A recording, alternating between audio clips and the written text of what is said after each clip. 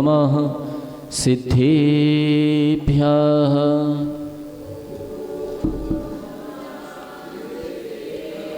ओम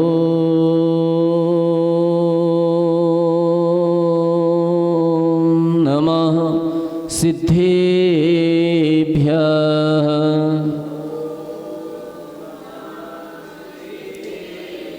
ओम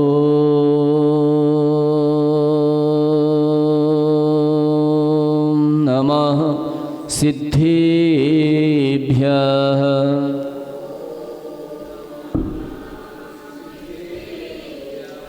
जय मंगलभूताणं विमलाणं नाणदर्शनमयाणं तैलोहसेहराणं नमोऽस्या सर्वसिद्धाणं गुरवः पान्तु नो नित्यं ज्ञानदर्शननायकाः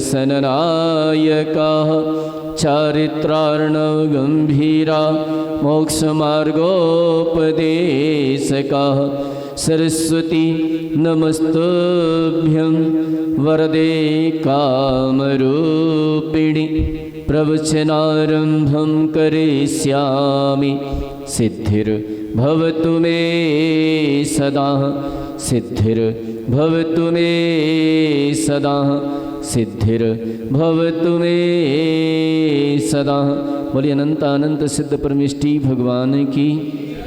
बोलिए देवादिदेव श्री आदिनाथ भगवान की।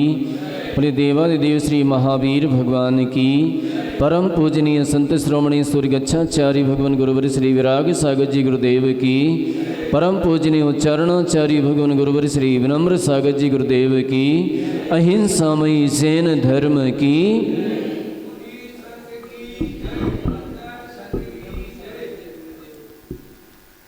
हमारे जीवन में संस्कार होना अति आवश्यक है। हमारा जीवन यदि संस्कार से संपन्न है तो वास्तव में हमारा जीवन श्रेष्ठ है, सफल है। और यदि हमारा जीवन संस्कार विहीन है तो यूँ मान के चलिए कि हमारा जीवन सबसे घटिया किस्म का जीवन है।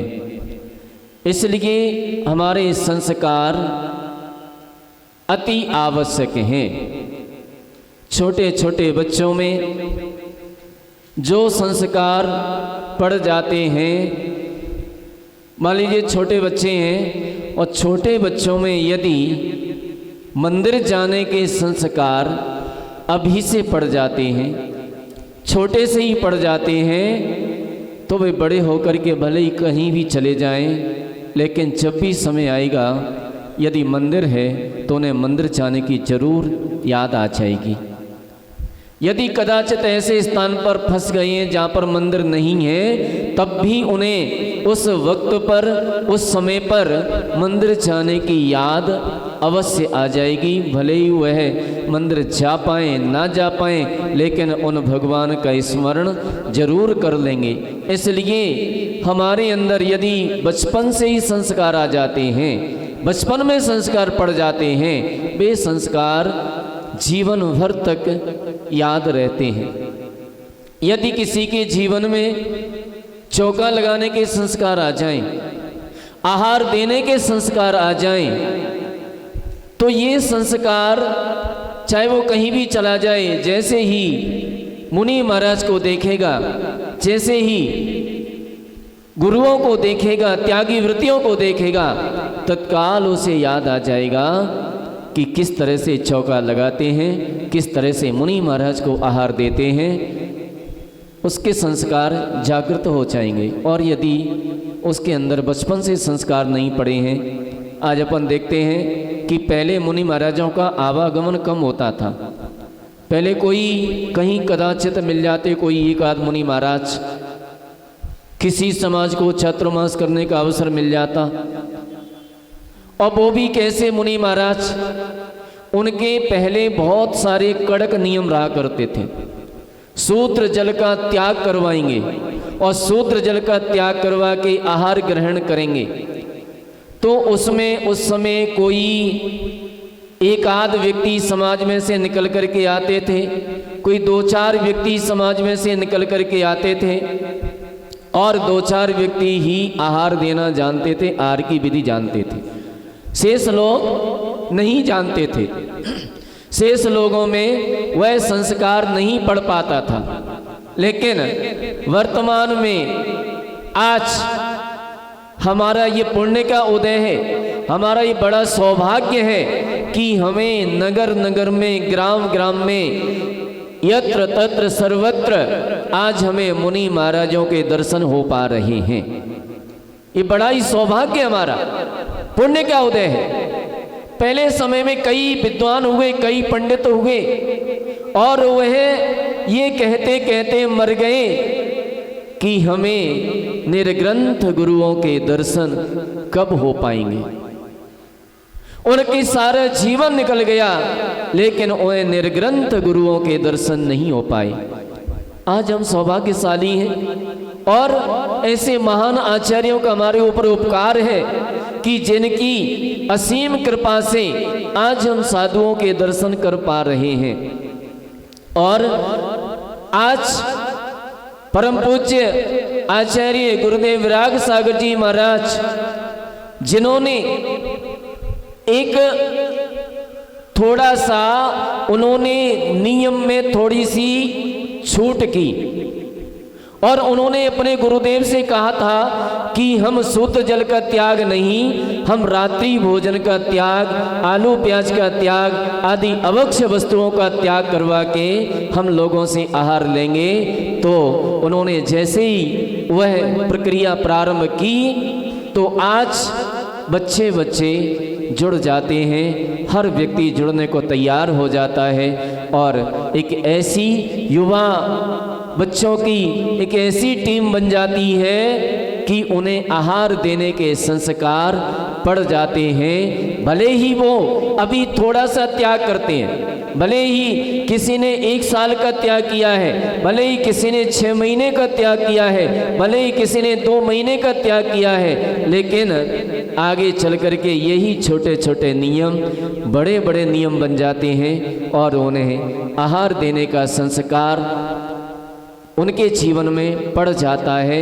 अब वे निरंतर जब भी साधुओं को देखते हैं तो उनके तत्काल आहार देने के नियम, आहार देने के संस्कार जागृत हो जाते हैं, और जब भी महाराज कहते हैं तो वे त्याग करने के लिए भी तत्काल तैयार हो जाते हैं।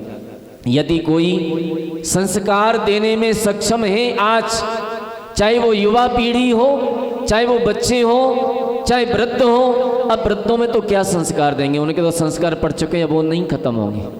जैसे उनमें संस्कार पड़ गए, अब वो समाप्त नहीं हो सकते। लेकिन बच्चों में और युवा पीढ़ी में संस्कार दिए जा सकते हैं, उनमें संस्कार जो बन जाएंगे वह बन जाएंगे। आज त्याग करने के संस्कार, जो त्याग माता पिता नहीं करवा सकते, जो त्याग घर के लोग नहीं करवा सकते, अगर वे बच्चे मुनि महाराज के सामने खड़े हो जाते हैं और मुनि महाराज कहते हैं कि रात्रि भोजन का त्याग करना पड़ेगा, तो क्या कहते हैं? बोले महाराज हम नहीं करें, हम नहीं करें। बोले नहीं, अगर त्याग नहीं करोगे तो हम तुमसे आहार भी नहीं लेंगे। तो तत्काल वे लोग त्याग करने के लिए तैयार हो जाते हैं, माने उनमें त्याग का संस्कार पड़ जाता है। आज भले उन्होंने 2 महीने का त्याग किया है, 4 महीने का त्याग किया है। एक व्यक्ति, एक लड़का, ज्यादा उम्र नहीं थी, 20-25 साल की उम्र थी, जर्मनी में रहता था। और जर्मनी से जब आहार देने के, जब वो इंडिया में आया था, तो इंडिया का ही रहने वाला, लेकिन जर्मनी में वो जॉब करता था, इंजीनियर था। वहां से जब यहाँ पर आया और आहार देने के लिए तैयार हुआ, तो हमने कहा त्याग करना पड़ेगा। बोले क्या त्याग करना पड़ेगा? नहीं, रात्रि भोजन आलू प्याज का त्याग करना पड़ेगा। बोले कितने दिन का? हमने कहा हम क्यों कहें कितने दिन का, हम तो ये कहते हैं आजीवन त्याग करो। बोले नहीं नहीं, आजीवन नहीं हो पाएगा। तो हमने कहा थोड़ा कर दीजिए। बोले कितने दिन का? हमने कहा कोई बात नहीं, अब 6 महीने का त्याग कर दीजिए। और 6 महीने का जब त्याग करके गया तो 6 महीने का उसने त्याग किया और 6 महीने के बाद वह वहाँ भी गया, जर्मनी गया, वह जॉब करता था। 3 साल बाद लौट करके आया तो उसने कहा कि महाराज जिस दिन से मैंने त्याग किया है आज तक आलू प्याज और रात्रि भोजन को ग्रहण नहीं किया, यानी आज तक मैंने नहीं खाया उनको। तो हमने कहा आगे क्या विचार है? बोले आगे का अब यही विचार है कि अब मुझे कभी भी ये खाना ना पड़े, ना मुझे रात्रि भोजन करना पड़े और ना मुझे आलू प्याज खाना पड़े। तो यानी छोटा सा त्याग, छोटा सा संस्कार और आज वह कितना बड़ा बन जाता है। धीरे धीरे यही नियम आजीवन में परिवर्तित हो जाते हैं। इसलिए साधु आते हैं छोटे छोटे त्याग करवा के, छोटे छोटे संस्कार दे करके किसी को अभिषेक करने का नियम देते हैं। बोले महाराज हम अभिषेक तो कर लेंगे लेकिन पूजा नहीं कर पाएंगे, हमारे पास टाइम नहीं है। बोले कोई बात नहीं है, तुम अभिषेक करो और अर्घ चढ़ा करके चले जाना। आज वो अभिषेक करते हैं, अर्घ चढ़ा करके चले जाते हैं, लेकिन धीरे धीरे धीरे धीरे अभिषेक करते करते वे भगवान की पूजा आराधना भी करने लगते हैं। इसलिए साधुओं का हमारी समाज में बहुत बड़ा महत्व है। अगर साधु ना आए, अगर साधु ना रहे समाज में तो ध्यान रहे समाज एक दिन संस्कार विहीन बन जाता है, संस्कार समाप्त हो जाते हैं। आज हम कई स्थानों पर देखते हैं कि जहां पर साधुओं का आवागमन नहीं होता है, जहां पर साधु नहीं जाते हैं, अक्सर ऐसी समाज में लगता है कि जिन धर्म के संस्कार लुप्त होने के कगार पर हैं, लुप्त होने के कगार पर पहुंच गई है। लेकिन जिस समाज में साधुओं का आवागमन निरंतर बना रहता है उस समाज में निरंतर दान आदि के संस्कार बने रहते हैं। आज हम देखते हैं, बुंदेलखंड को देखते हैं, इस साइड भोपाल साइड के एरिया को देखते हैं अथवा मालवा को देखते हैं तो लगता है कि इधर साधुओं का आवागमन निरंतर बना रहता है, तो इधर निरंतर त्याग की भावनाएं, त्यागी वृत्ति लोग, दान देने की भावनाएं, भगवान की आराधना करने की भावनाएं निरंतर बनी रहती हैं, निरंतर भावनाएं बनी हैं और लोग धर्म से निरंतर जुड़े रहते हैं। और जुड़े रहते हैं तो निश्चित मान के चलना, जो दान से जुड़ा हुआ है, जो धर्म से जुड़ा हुआ है, उस समाज में संपन्नता भी निरंतर बनी रहती है।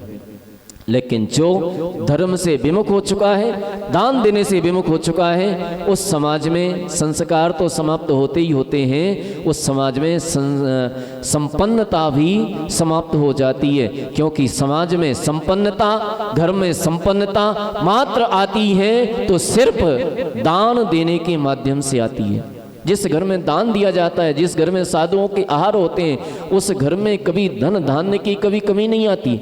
7 पीढ़ियां तक अगर खाती रहें तो भी वहाँ उस घर में कमी नहीं आती है। इसलिए दान करने से संपन्नता आती है। इसलिए हम कहते हैं कि भले ही पंच कल्याण कराओ न कराओ कोई फर्क नहीं पड़ता है, विधान कराओ न कराओ कोई फर्क नहीं पड़ता है, अन्य कोई कार्य कराओ न कराओ कोई फर्क नहीं पड़ता है। लेकिन आज यदि युवा पीढ़ी को संस्कार देना है, यदि बच्चों में संस्कार देना है तो साधुओं के वर्षा योग, साधुओं के चातुर्मास कराना अति आवश्यक है। इसलिए ना विधान कराओ, ना मंत्रों का जाप कराओ, अगर युवा पीढ़ी में संस्कार देना है तो साधुओं के चातुर्मास कराओ। इसलिए हमें निरंतर अपनी समाज में कहीं ना कहीं से, भले ही हमारा छोटा समाज है, यहाँ कितने गणेश, 40-50 गणेश मंदिर से जुड़े हुए, पूरे मंडी द्वीप में 100-150 घर होंगे, भले ही आप थोड़े सही थोड़े हैं, लेकिन थोड़े होकर के भी कोई छोटा संघ जरूर ढूंढ करके लाया करें प्रति वर्ष। कोई 2 साधुओं का संघ, कम से कम 2 साधु तो आएंगे आएंगे, इससे ज्यादा इस कम तो हो नहीं सकते। तो 2 साधुओं का संघ कहीं ना कहीं से ढूंढ करके जरूर लाएं और अपने नगर में प्रति वर्ष चातुर्मास कराएं। अगर चातुर्मास कराते रहेंगे तो समाज में जागृति रहेगी, समाज में संस्कार जागृत रहेंगे। और अगर समाज में चातुर्मास नहीं हुए तो आज वो मंदिर वाले अलग हो गए, वो मंदिर वाले अलग हो गए, वो मंदिर वाले अलग हो गए। कल आज 4 मंदिर हैं, कल 5वां मंदिर हो जाएगा तो वो मंदिर वाले भी अलग हो जाएंगे, फिर और बढ़ जाएगा। लेकिन जब साधु आ जाते हैं तो चाहे ये मंदिर वाले हों चाहे वो मंदिर वाले हों, सारे के सारे लोग मिल करके एक मंदिर में आकर के जरूर बैठ जाते हैं। इसलिए समाज में एकता, समाज में संस्कार, समाज में संस्कार, समाज में संपन्नता अगर लाना है तो साधुओं को निरंतर अपने नगर में लाते रहें, उनके वर्षा योग, उनका प्रवास अवश्य कराते रहें, ताकि समाज एकजुट होकर के रहे, एक छत के नीचे सारा समाज बैठ सके।